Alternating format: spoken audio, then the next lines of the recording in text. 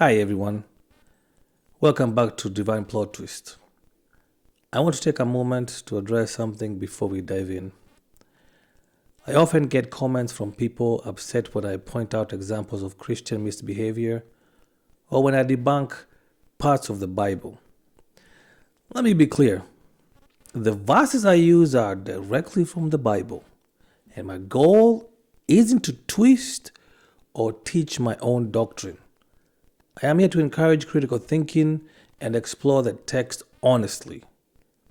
If it challenges your beliefs, I invite you to verify the references that I make and engage with the material thoughtfully.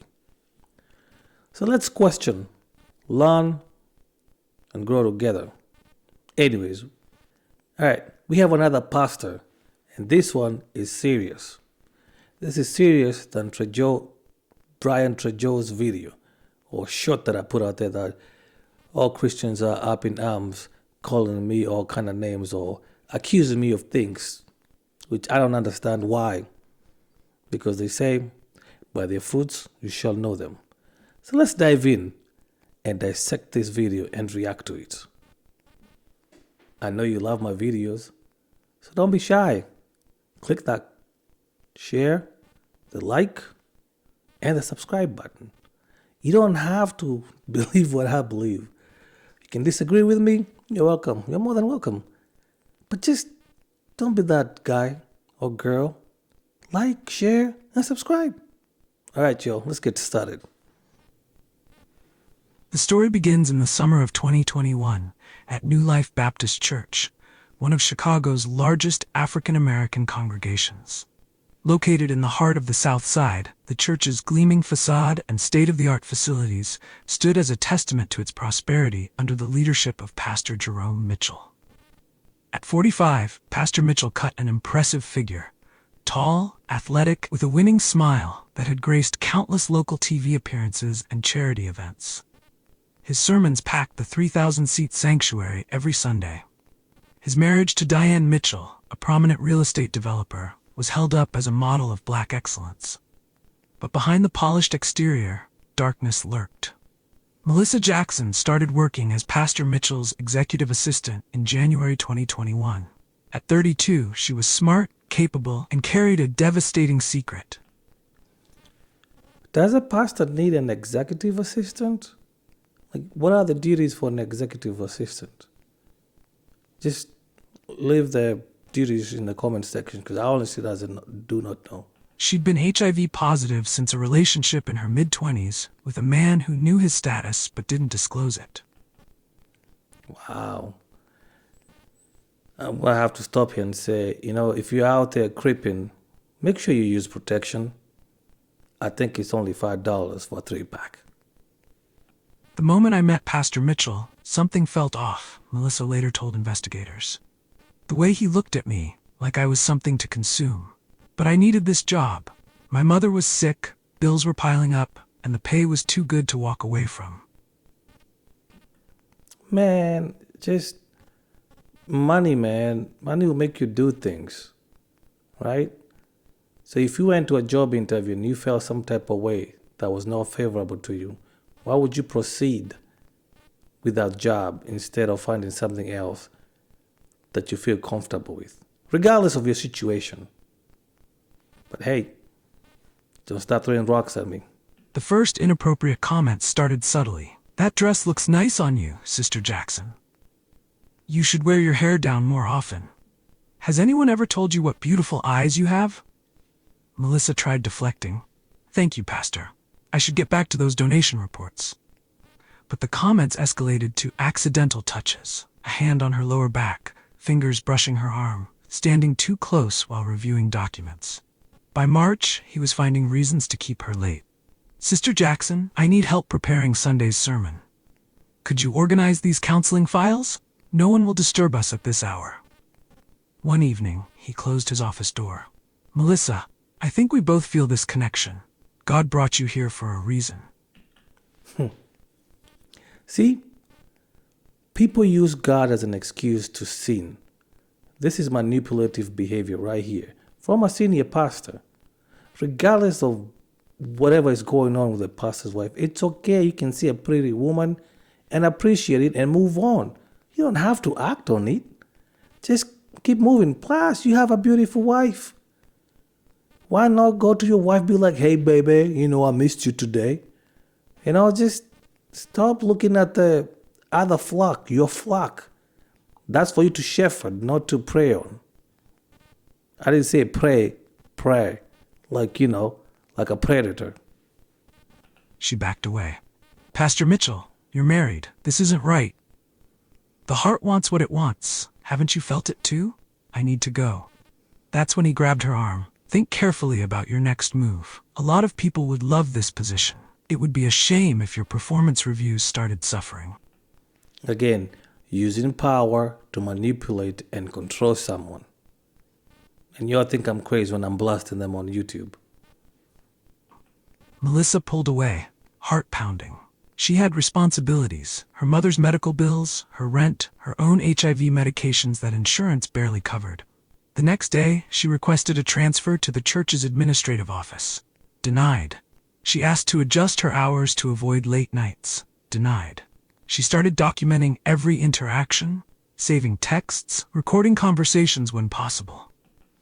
Who do you think denied her, or who put a blocker to her request to be transferred? It's the pastor, right? Or is there someone else? Y'all tell me in the comments. In April, Pastor Mitchell called her into his office. I'm concerned about your attitude lately. Perhaps this isn't the right fit anymore. Are you firing me? Let's call it a mutual parting, unless. The implication hung heavy in the air. Melissa left in tears. That night, she stared at her HIV medication bottle, a plan forming, a terrible, vengeful plan. The next day, she called Pastor Mitchell. I'm sorry about yesterday. You're right. There is a connection. Maybe we could talk about it over dinner? His eager response made her stomach turn. I don't even know why her stomach turned. As the narrator said, it was a vengeful plan. So she's evil already. I can't side with her because she's already planned. She's like, I know what I know. Someone else did this to me. Don't you think that's something everybody should be asking for? It's like, hey, what's your status? If you're not married, I'm assuming you're not married, and you're out there creeping, right? Sleeping with everybody you can see. Shouldn't you be asking someone's status, asking for documentation, or go to the health department together, get tested together? There's nothing to hide, right? And if you're infected, tell the other person, hey, man, look, I don't think you want this punani. It's infected. Or if you're the gentleman, and you'd be like, hey, I don't think you want this banana because, it's infected. But no, humans, we're cruel. We want others to suffer the way we're suffering. But hey, I'm getting ahead of myself, so let the gentleman finish narrating. I knew you'd come around. I have a discreet place in mind. As she hung up, Melissa whispered, God forgive me. It sounds like this guy does this quite often, or he did this quite often. Because if you already have a spot where it's discreet, how did you find that spot up? So he's been doing this to his congregation, or even outside his congregation, so yeah. The restaurant was in Evanston, far from their usual circles. Pastor Mitchell had reserved a private booth under the name James Smith. Melissa arrived wearing the Again, this is a repeat offender. He's using fake names to make reservations. red dress he'd once complimented, her heart heavy with purpose. You look stunning, he said, eyes traveling over her in a way that made her skin crawl. Over wine he shouldn't have been drinking. As a Baptist minister, he laid out his rules. No communication through church channels. Never be seen together in public near the church. If anyone asks, she was rehired as a remote consultant. His wife was not to be mentioned. I have a reputation to protect, he explained. This stays between us. Melissa nodded, thinking of the voice recorder in her purse. Of course, discretion is Dang, she has a voice recorder? She about to put him on blast. important to me too. The affair began that night at a boutique hotel. Melissa had researched thoroughly. In Illinois, knowingly transmitting HIV was a Class 2 felony. She needed evidence that he initiated everything, Okay, now this bish right here, this bish. So you looked up the laws, you know what you're doing is wrong, but you still continue with it for money. Are you thinking of the other woman, the wife, or someone else? Are you thinking about that? This is what I don't get. We're so selfish as a human race that all we think about is ourselves. We never think of the consequences that others might suffer because of our actions. She had no intent to harm at first. She'd told him early in their employment relationship that she didn't date married men due to religious beliefs. She had documentation of his harassment and coercion. Most importantly, she had proof she'd tried to quit rather than submit to his advances. Later, lying awake in the hotel bed, she watched him sleep. Pastor Jerome Mitchell, pillar of the community, serial adulterer, about to learn the hardest lesson of his life. Back at her apartment, she wrote in her journal, Day 1 of the plan. Evidence secured, hotel receipt, voice recordings, text messages. He never asked about protection. Never asked about my sexual health. Just took what he wanted, like he always does. My question is, why didn't you voice your health status? Why didn't you say what's inside you? Like, I'm not defending the pastor here for you guys out here trying to stick me out the gate and start stoning me. I'm just asking. Both parties are responsible. But why didn't she say something? Over the next weeks, a pattern emerged. Tuesday and Thursday evenings were counseling sessions. Sunday afternoons were ministry planning. His wife Diane's real estate work kept her traveling frequently. Melissa played her role perfectly, the reluctant church girl who'd finally given in to temptation. She let him think he was corrupting her while she documented everything. At church, they maintained professional distance, but she noticed things now.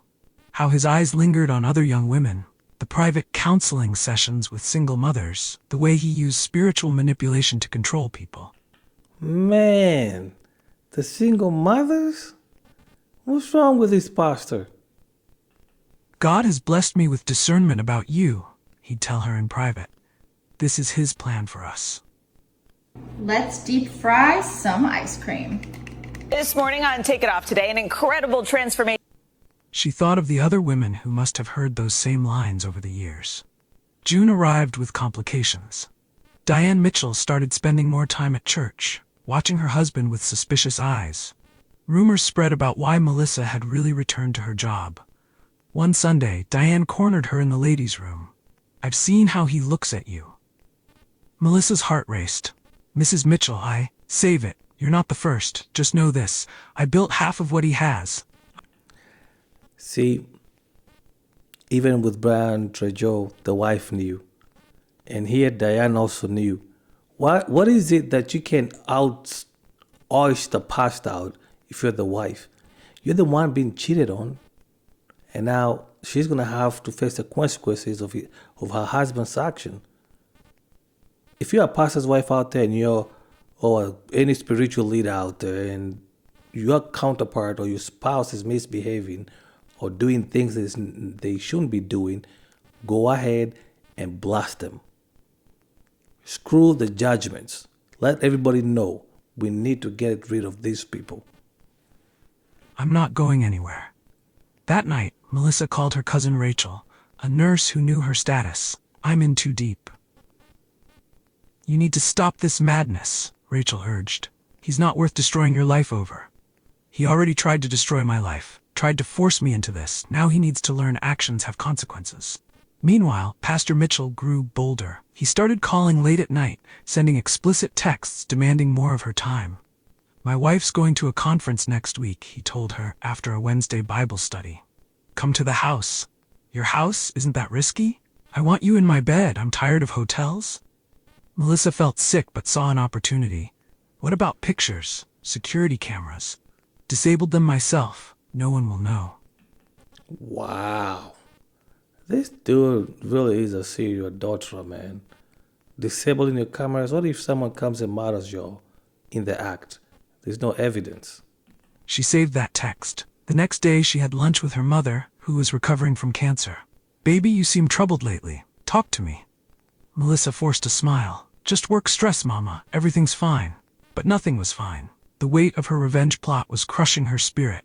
Yet every time she considered stopping, she remembered his threats, his entitlement, his abuse of power. God works in mysterious ways, Pastor Mitchell liked to say. Indeed, he did. The summer heat matched the intensity of the affair. Pastor Mitchell grew increasingly reckless, taking risks that made Melissa's evidence gathering easier. His ego convinced him he was untouchable. Their first time at his house felt surreal. Melissa sat in her car outside the elegant Kenwood mansion, recording a timestamp on her phone. July 12, 2021, 8:45 p.m. Entering Pastor Mitchell's residence at his insistence. All security cameras are confirmed disabled. The master bedroom felt like a violation. Family photos on the walls, Diane's robe hanging in the bathroom, her perfume on the dresser. Man, this bitch, I'm not rooting for the man. I'm just thinking about the optics here, right? You know all these. How can you even get excited in another woman's bedroom? Like you seen all the family photos. She should be ashamed of herself. Pastor Mitchell didn't seem to notice or care. Afterward, lying in his wife's bed, Melissa asked carefully, "Aren't you worried? About diseases and stuff?" He laughed. "I'm a man of God. He protects his chosen ones." He protects his chosen ones. This guy forgot how the world works, how biology works. Ain't no miracle happening for him. She documented that statement too. By August, Melissa noticed the first signs. Pastor Mitchell complained of fatigue during their encounters. Night sweats left his sheets damp. A persistent low fever made him irritable. "Must be that summer flu going around," he said, popping Tylenol. She watched him deteriorate with clinical detachment, recording every symptom. Swollen lymph nodes he blamed on stress, body aches dismissed as gym soreness, low-grade fevers attributed to Chicago's heat wave, night sweats he linked to bad dreams, weight loss he celebrated as successful dieting. During this time, his demands intensified. The power dynamic shifted as his health declined. He needed her more, trusted her more. She became his confidante, the keeper of his secrets. "Sometimes I think you're the only one who really knows me," he told her one night. Did you know that the most dangerous prayer you can ever pray is only 3 words? If you skip this healing prayer, God will skip you too. All right, I'm skipping. The universe said, If he only knew. At church, subtle changes appeared. His dynamic sermons grew shorter. He took more breaks, drank more water. The congregation whispered about his gaunt appearance. "Pastor's working too hard. That new diet is too extreme. He needs a vacation." Diane noticed too. Melissa overheard her in his office. "Jerome, something's wrong. You need to see a doctor." "I'm fine, woman. Stop nagging." But he wasn't fine. By September, the symptoms were undeniable. During one of their hotel meetings, he could barely perform, his body racked with chills. "Maybe we should take you to the ER," Melissa suggested, knowing what they'd find. No hospitals, just need rest. She wrote in her journal that night, "The virus is taking hold. He's experiencing classic acute HIV symptoms but refuses to acknowledge anything's wrong." How long was this? I mean, I know HIV doesn't go from just mild to acute. It takes you years to get there. So this must have been a long journey, or someone just cooked up this story. Pride will be his downfall. Meanwhile, church politics intensified. Associate Pastor Marcus Thompson started handling more services. The deacon board called emergency meetings. Attendance numbers dropped slightly. People could sense something was off with their leader. Melissa maintained her professional facade, but inside she felt hollow. The weight of her actions haunted her. During Sunday services, during their intimate moments, during quiet nights alone with her thoughts. She attended HIV support group meetings, sharing carefully edited versions of her story. "I'm watching someone experience what I went through, but I can't help them." The group leader, an older woman named Miss Clara, seemed to see right through her. "Revenge might feel sweet at first, baby, but it poisons the soul." September brought more complications. Wise of a wise woman. Pastor Mitchell's symptoms became impossible to hide. During a televised sermon, he nearly collapsed at the pulpit. The video went viral in Chicago's church community. Diane finally put her foot down. Either you see a doctor or I'm calling one to the house. He chose a private clinic in the Gold Coast, far from prying eyes. Melissa knew what would happen next. She'd planned for it meticulously. The call came on a Tuesday evening. I need to see you. It's urgent. His voice sounded broken. The private room at Northwestern Memorial Hospital felt small despite its luxury accommodations. Pastor Mitchell sat on the edge of his bed in a designer robe, medical charts scattered around him. His usual commanding presence had crumbled.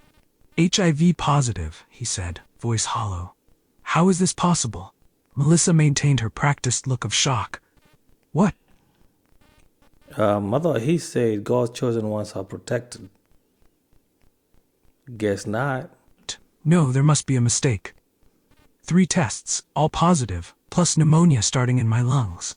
His hands shook as he held the lab results. I'm a man of God. This doesn't happen to men of God. She watched him spiral through the stages of denial in real time. The tests are wrong. Someone at the lab made a mistake. This is spiritual warfare. The devil is attacking me. Classic Christian response. The devil is attacking me. You cheated on your wife. Now you're facing the consequences. And you're blaming the devil. I bet the devil was like, what do I do now? I didn't do anything. Man, look, if you're out there creeping, you better stop. Stop while you can. Finally, the question she'd been waiting for. You need to get tested. Melissa pulled out her phone, displaying the HIV test results she'd gotten last week. Another piece of evidence showing she'd been responsible enough to get checked. Negative, she said. I'm clean. His relief was visible, followed immediately by suspicion. Then how? She watched the wheels turn in his mind as he mentally scrolled through. Hold on, I think I missed something. How did she go from positive to negative? Did she cook her papers? Other possibilities. Other women. Because of course there were other women. That night, Diane came to the hospital. Melissa listened outside the private room. What do you mean HIV? Jerome, I've been faithful for 20 years. Diane, please. Don't you dare lie to me. Not now. How many were there? I don't. How many? The argument continued until security asked Diane to lower her voice. She stormed out, mascara streaking her face, nearly running into Melissa. Here to check on your pastor? Diane's voice dripped venom. Little late for office hours, isn't it? Melissa stepped back. Mrs. Mitchell, I was just dropping off some church documents. Save it. I know what you've been dropping off. She moved closer. But here's what you don't know. I've had private investigators following Jerome for months. Every hotel, every counseling session, every lunch date, I have pictures. Melissa's heart raced. Mrs. Mitchell. I was gathering evidence for divorce court. Now I'm gathering it for criminal court. Because someone gave my husband HIV, and when I find out who, she let the threat hang. After Diane left, Melissa sat in her car, hands shaking. This wasn't part of the plan. Private investigators meant photos, surveillance, evidence that could implicate her. She called Rachel. The wife knows about the affair, has proof. Jesus, Mel, this is getting dangerous. It was always dangerous, but now, you need a lawyer. Not yet. If I lawyer up now, it looks suspicious. That night, she couldn't sleep. The weight of her actions crushed her chest. She thought about Miss Clara's words at the support group. Revenge poisons the soul. But wasn't that the point? To make him feel the poison she'd felt? The next few days brought chaos. Pastor Mitchell checked out of the hospital against medical advice. Emergency deacon board meetings ran late into the night. Diane moved out of their mansion into a downtown condo. Church attendance dropped as rumors spread. Local news vans camped outside New Life Baptist. Melissa maintained her routine, playing the concerned secretary. She attended staff meetings where they discussed pastor's health challenges. She helped craft careful statements about him taking time to rest and restore. But inside, storms raged. Every cough, every wince of pain from Pastor Mitchell needled her conscience. She watched him struggle with medication side effects, knowing exactly what he was feeling. One evening, he called her to his office. He looked gray, exhausted. I need you to be honest with me. Her pulse quickened. About what, Pastor? Did you know? About any of the others? Did they ever say anything? The irony almost made her laugh. No, Pastor. I never knew about anyone else. He nodded, defeated. I've ruined everything. My ministry, my marriage, my life. God forgives, she said, the words tasting like ash. Does he? For this? She left him there, staring out his office window at the Chicago skyline. In her car, she screamed until her throat hurt. The first newspaper headline hit like a bomb. Prominent Southside pastor steps down amid health and scandal rumors. The Chicago Defender's article was careful, citing unnamed sources, claiming Pastor Mitchell had HIV and multiple affairs. The comment section exploded with speculation. Man, look how many women she done ruined. Just because she wanted some sweet revenge because someone else did it to her. I mean, this should have been... I don't even know what to say, man. It could have gone either way. And judgment. More coverage followed. Megachurch in crisis. Pastor's illness raises questions. Diane Mitchell files for divorce, cites irreconcilable differences. New Life Baptist attendance plummets amid leadership scandal. The police became involved after Diane filed a criminal complaint alleging intentional HIV transmission. Detective Marcus Williams from Chicago PD's Special Victims Unit took the lead. Williams was a veteran investigator, 25 years on the force, the last 15 handling sensitive cases in the black community. He knew churches could be powder kegs of secrets. His first interview was with Diane Mitchell. When did you first suspect your husband was unfaithful? Suspect? I've known for years. Jerome got sloppy, lipstick stains, late nights, mysterious charges. But I built this life with him. Leaving meant losing everything we'd worked for. And now? Now someone tried to kill him with HIV. That changes things. Williams reviewed her private investigator's files. The surveillance photos showed Pastor Mitchell with multiple women over 6 months, but Melissa appeared most frequently. Next, he interviewed church staff. The pattern became clear. Young, attractive women hired as assistants or ministry coordinators, lasting a few months before quietly leaving. Former Secretary Janet Thompson broke down during questioning. He said God gave him special anointing to minister to broken women, said physical comfort was part of healing. I was divorced, vulnerable.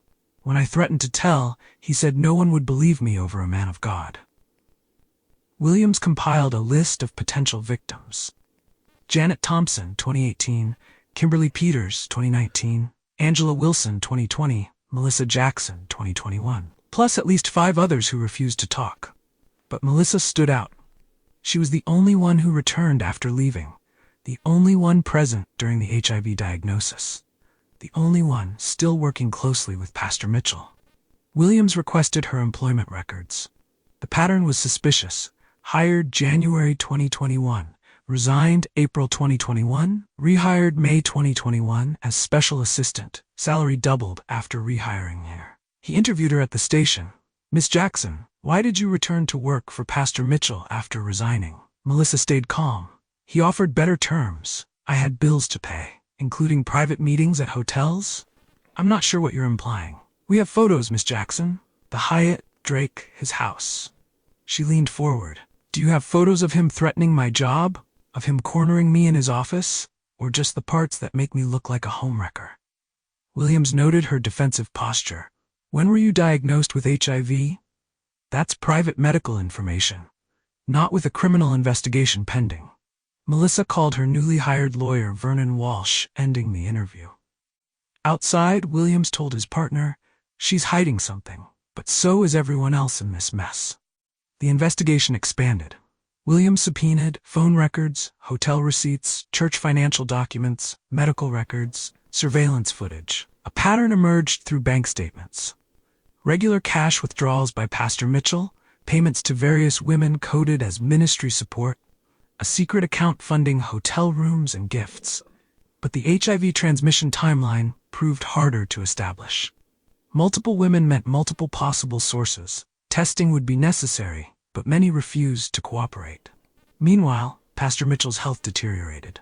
The medications helped, but stress and shame took their toll. He lost 30 pounds. His dark skin turned ashen.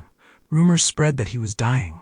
Diane's divorce filing became public record, detailing 20 years of infidelity, misuse of church funds, emotional abuse. 20 years? Man, I don't know how she can take it 20 years. Abuse, sexual addiction, financial misconduct. The church board finally acted, voting to remove him as senior pastor. The announcement sparked protests from his remaining supporters. Pastor Mitchell needs prayer, not punishment. Judge not, lest ye be judged. Yeah, y'all guys like to use that when someone is put in blast. Think of how many women he put on the cross line of dangerous and ruined their life. The devil is attacking our church. But others celebrated. About time someone stopped him. How many lives did he destroy? God don't like ugly. The breakthrough came from an unexpected source. Rachel, Melissa's cousin, couldn't live with the guilt anymore. She walked into Detective Williams's office early one November morning. I have information about Pastor Mitchell's HIV infection. Williams leaned forward. I'm listening. Rachel's hands shook as she spoke. My cousin Melissa, she's been positive since 2017. She told me about Pastor Mitchell harassing her, threatening her job. When she went back to work for him, she paused. She knew what she was doing. She intentionally infected him? She called it justice. Said he needed to learn how it felt to be violated. Williams pulled out his case file. We need this on record. Start from the beginning. Rachel detailed conversations spanning months. Melissa's initial harassment complaints, the forced resignation, the revenge plan, the affair's deliberate initiation, the documented symptoms. She kept journals, Rachel added. Everything's written down. Dates, times, symptoms. She wanted proof it came from her. After Rachel left, Williams called the DA's office. This was now a clear case of aggravated assault with intent to transmit HIV, a Class 2 felony carrying 3 to 7 years. But they needed those journals. The search warrant was executed at Melissa's apartment while she was at church. Detectives found 5 notebooks detailing the affair. 5? Sheesh. Recorded conversations on USB drives, a folder of hotel receipts, screenshots of text messages, Pastor Mitchell's medical timeline. The most damning evidence came from her personal journal. April 15, 2021. He fired me today for refusing him. Thinks he can throw me away like trash. But I have something for him. A gift that keeps on giving. May 3rd, 2021. Started the plan today. He's so eager, so careless. Never even asked about protection. His arrogance will be his downfall. July 20th, 2021. First symptoms showing. He's too proud to see a doctor, just like I was too ashamed when it happened to me. September 28th, 2021. Diagnosis confirmed. He cried like a baby. Where was this humanity when he was destroying other women's lives? Williams arranged surveillance on Melissa. She seemed to sense the net tightening, changed her routine, switched cars with friends, made calls from burner phones, met with her lawyer frequently. The church atmosphere grew tenser. Anonymous letters appeared in the church office. Sister Jackson has HIV. Check the secretary's medical records. She did this on purpose. Diane Mitchell's private investigators connected more dots. Melissa's regular HIV clinic visits, her support group attendance, medical records showing her 2017 diagnosis, credit card charges for HIV medications. Then came another witness. Angela Wilson, a former victim of Pastor Mitchell, came forward. Melissa told me her plan last spring. I didn't stop her. Maybe that makes me guilty too, but after what he did to me, to all of us, I understood. Did she specifically mention infecting him? She said, he thinks HIV is punishment for sin. Let's test that theory. The DA's office prepared charges. Man, this chick. I mean, she executed these plans. She had a plan for him. But at what cost? I mean, she seems like for 14 years she was living with this disease. If she can do this to a pastor, how many more did she do? How many more dudes did she give it to this disease, man? You men out there, man, be careful what you ask for. Just don't be nasty, man. Be a one-man woman. That's all you need. The evidence was substantial. Rachel's testimony, the journals, medical records, surveillance photos, witness statements, recorded conversations. But the case was sensitive. A prominent black pastor, a violated woman's revenge. The racial and gender politics were explosive. Local media caught wind of the investigation's direction. Pastor's HIV infection may be criminal act. Church secretary under investigation. Revenge plot rocks Southside congregation. The black community divided. Some supported Melissa, he had it coming. Others defended the pastor. Two wrongs don't make a right. Many just wanted it to go away. This makes us all look bad. They arrested Melissa after Sunday service, waiting until she left church grounds to avoid a scene.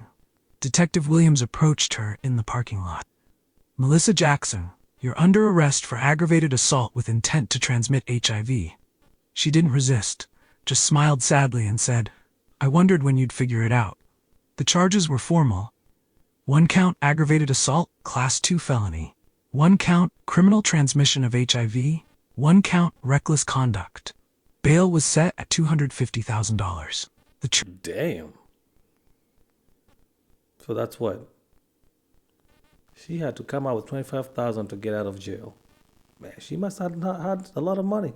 Church paid it anonymously. Her lawyer, Vernon Walsh, crafted their defense strategy around 3 points. Prior sexual harassment and coercion. 2. Pastor Mitchell's history of predatory behavior. 3. No definitive proof she was the source of infection. The arraignment drew media attention. Melissa wore a conservative gray suit, hair pulled back severely. Pastor Mitchell attended in a wheelchair, looking frail. Assistant DA Sarah Rodriguez laid out the state's case.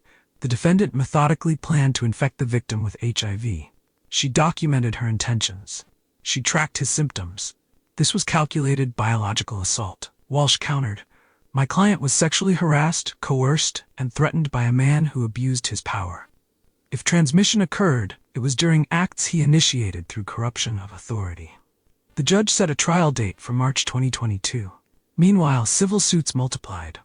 Diane Mitchell sued Melissa for alienation of affection. Church members filed a class action over exposure risk. Former victims sued the church for enabling abuse. The church board sued Pastor Mitchell for mismanagement. January brought complications. More women came forward with stories of Pastor Mitchell's abuse, spanning decades. But they also revealed something crucial: other HIV exposures. Detective Williams interviewed Kimberly Peters. "He infected me in 2019. I was too ashamed to report it." Angela Wilson. "I tested positive 6 months after our affair ended in 2020. Ah. So he was infected way before he met her. Dang it. And here I was just trying to put this woman at the stake. The dude, so he destroyed his congregation. He was a wolf masquerading as a sheep, or a shepherd in this case. So he's been just passing this along and just caught up with him. Because I was wondering, there's no way he went from HIV to AIDS just that quick, within like 4 months. It usually takes years for the symptoms to even start showing. Wow. Interesting. Interesting facts to know. The timeline suddenly blurred. Had Melissa infected Pastor Mitchell, or had he already been positive, infecting her and others? DNA testing of the virus could prove transmission direction, but samples from 2017 weren't available. The scientific evidence was inconclusive. Pastor Mitchell's health stabilized with proper treatment. He held a press conference. "I admit my sins. I failed as a husband, a pastor, and a man of God. But I never intended to harm anyone. What Sister Jackson did was calculated evil." Melissa's support group rallied around her. Miss Clara spoke to reporters. "That man preyed on wounded women for years. The real crime is how long the church protected him." The case sparked national debates about HIV criminalization laws, church accountability, sexual abuse in religious institutions, the ethics of revenge, power dynamics in spiritual communities. February brought pretrial motions. Defense wanted to admit Pastor Mitchell's abuse history, church cover-up documents, victim testimony spanning 15 years, evidence of other HIV exposures. Prosecution sought to exclude prior sexual harassment claims, church politics, Diane Mitchell's private investigator findings, other victims, HIV status. Does this mean the wife also was infected and she knew? Just think about it. If she knew he was cheating, she must have went and got tested. Because she said for 20 years. I don't see how 20 years they never had any sexual intercourse. Damn it. This is crazy, man. The judge allowed most evidence, ruling the pattern of behavior was relevant to state of mind. As the trial approached, both sides felt the weight of what was at stake. This wasn't just about HIV transmission anymore. It was about power, justice, revenge, and redemption. The trial opened on a cold Chicago morning. News vans lined South Martin Luther King Drive. Protesters on both sides carried signs, "Justice for victims. HIV is not a weapon. Church corruption kills. Pray for Pastor Mitchell." Inside, Assistant DA Rodriguez began. "This case is about intentional harm. The defendant weaponized her HIV status to punish a man she blamed for her pain. She documented every step, every symptom, watching him suffer with calculated satisfaction." Vernon Walsh responded, "This case is about power and predation. Jerome Mitchell used his position to abuse women for decades. When one fought back, he called it crime. But you'll hear how he infected others long before Melissa Jackson entered his life." The prosecution's case seemed strong. Rachel's testimony about Melissa's plan, the detailed journals, medical records, surveillance photos, recorded conversations. But cross-examination revealed complexities. Rachel cracked under questioning. "Did your cousin explicitly say she intended to infect Pastor Mitchell?" "Not exactly. She said he needed to understand the consequences." The medical timeline proved problematic. Dr. Sarah Chen, infectious disease specialist, testified, "Given multiple sexual partners and the virus's mutation rate, we cannot definitively determine who infected whom. The pattern suggests Pastor Mitchell may have been positive before 2021. Former victims strengthened the defense. Kimberly Peters described her 2019 infection. "He refused protection. Said God would keep us safe. When I tested positive, he ghosted me. The church paid me to stay quiet." Wait, what? So not only that do the church know about this, they paid the victims to stay quiet.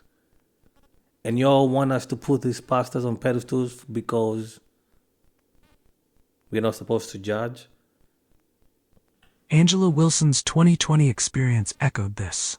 "After my diagnosis, he said I must have gotten it from someone else. Called me a Jezebel. Threatened to expose me if I talked." The prosecution's timeline unraveled. If Mitchell infected others in 2019 and 2020, he couldn't have gotten HIV from Melissa in 2021. Diane Mitchell's testimony proved unexpectedly helpful to the defense. "Jerome had symptoms before Melissa came back to work. Night sweats, weight loss. I thought it was stressful. He refused the doctors then too." The journals remained damaged. Walsh addressed them directly. "Miss Jackson, please explain these entries." Melissa spoke publicly for the first time. "I was angry, humiliated. He used his power to abuse me, then discarded me. The journals were revenge fantasy, but I didn't give him HIV. He gave it to me like he gave it to others." Why return to work for him? To gather evidence, to prove his pattern. The affair was wrong, but I wanted proof of what he did to women. The prosecution struggled to prove intent. Without clear transmission evidence, the case weakened. Then came the church documents. Years of complaints, payoffs, and cover-ups. Deacon board minutes showing they knew about HIV exposures but kept quiet to protect the ministry. Damn. Everybody in the church knew. But they couldn't even warn the congregation. Man, let me see someone put some silly comments down below. But like, gas you up. That's what I'm going to do. Nah, I'm just playing. I'm not going to do anything. But don't put damn stuff right there accusing me or trying to condemn me. I'm just saying the whole entire church knew. Sheesh. The jury deliberated for 4 days. The verdict? Not guilty on all counts. The judge addressed Melissa. "While your actions showed poor judgment, the evidence doesn't support criminal charges. This case highlights the complexity of power, abuse, and retribution in our institutions." Aftermath rippled through Chicago's black church community. New Life Baptist split, with half the congregation following Associate Pastor Thompson to a new ministry. Diane Mitchell's divorce settled out of court. The church board resigned en masse. Multiple civil suits ended in confidential settlements. Pastor Mitchell moved to Atlanta, starting a restoration ministry. State lawmakers proposed reforms to HIV criminalization laws. Melissa left Chicago, moving to Milwaukee to start fresh. Her final journal entry read, "The truth is messy. We were all victims and villains. He destroyed lives with his abuse. I wanted revenge but found only emptiness. May God forgive us all." Miss Clara's words proved prophetic. Revenge had poisoned everyone it touched. The story became a cautionary tale about power, sexuality, and accountability in religious spaces. But for those involved, it was about human frailty, the capacity for both cruelty and compassion, destruction and redemption. Man, that was a true crime story in the church. Man, guys, listen. I don't make these videos because I enjoy them. Well, I do enjoy them. I do enjoy making them. Okay, guys, listen. I do not make these videos out of malice. Okay, it's to educate you. But some of you seem to think that I'm out here out to oust Christianity or say something bad about Christianity. No. I take what's in the dark, I put it in the light. So, I'm not doing this to be deceptive. I'm just stating the truth. Now, if you have a problem with the truth, I suggest you talk to your God. Anyways, I know you guys like these videos. Click that like and share and subscribe button. Okay? See you in the next one. I'm out, y'all.